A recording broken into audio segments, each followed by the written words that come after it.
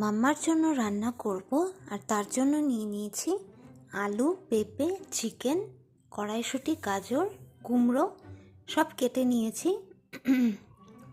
এবার এগুলো ধুয়ে নেব।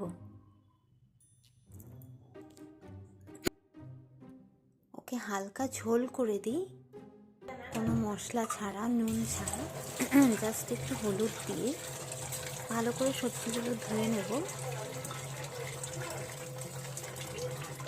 এবার একটু হলুদ দিয়ে দিলাম। এবার আমি ফ্লেমে বসিয়ে দেব। এবার এটা ঢাকা দিয়ে আমি সেদ্ধ হতে দেব। ভালো করে সেদ্ধ হয়ে গেলে ভালো করে ঝোলটা ফুটে গেছে, এবার আমি নামিয়ে নেব। 12টা বেজে গেছে, মাম্মার খাওয়ার সময়ও হয়ে গেছে। ওকে খেতে দিয়ে দেব, কারণ ওকে সময় মতো না দিলেও খুব চিৎকার চেঁচামেচি করে।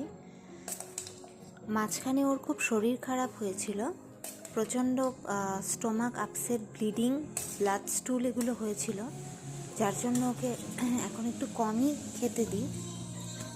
কারণ ডক্টর বলেছে যে ওকে বারবার খেতে দিতে, কারণ একবারে বেশি খাওয়ানোটা ঠিক নয়।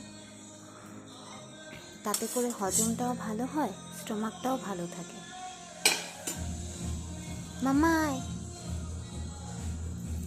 এক্ষুনি চলে আসবে, খাবারের আওয়াজ পাচ্ছে, ওই যে চলে এসছে। আমার ভাত মাখানো হয়ে গেছে, তারা দেব, সব পড়ে যাবে, এরকম লাফালে ভাতের বাটিটা উল্টে যাবে। একটু গরম আছে, তারা ঠান্ডা করিনি। দেখুন কেমন করছে, ফ্যানের তলায় একটু ঠান্ডা করে নিচ্ছি, একদম গরম আছে বেশ। বসো মাম্মা, তোমাকেই তো দেব, বসো বসো। হ্যাঁ দেব দেব, এইরকম করছিস খাবারটা যাবে উল্টে পড়ে। দিচ্ছি দিচ্ছি, এনে। ব্যাস, ওকে খেতে দিয়ে দিলাম, এবার শান্তি। দিনের একটা বড় কাজ শেষ হলো, এবারও খেয়ে দে। আমার ভিডিওগুলো ভালো লাগলে অবশ্যই লাইক, শেয়ার, সাবস্ক্রাইব করে দিও।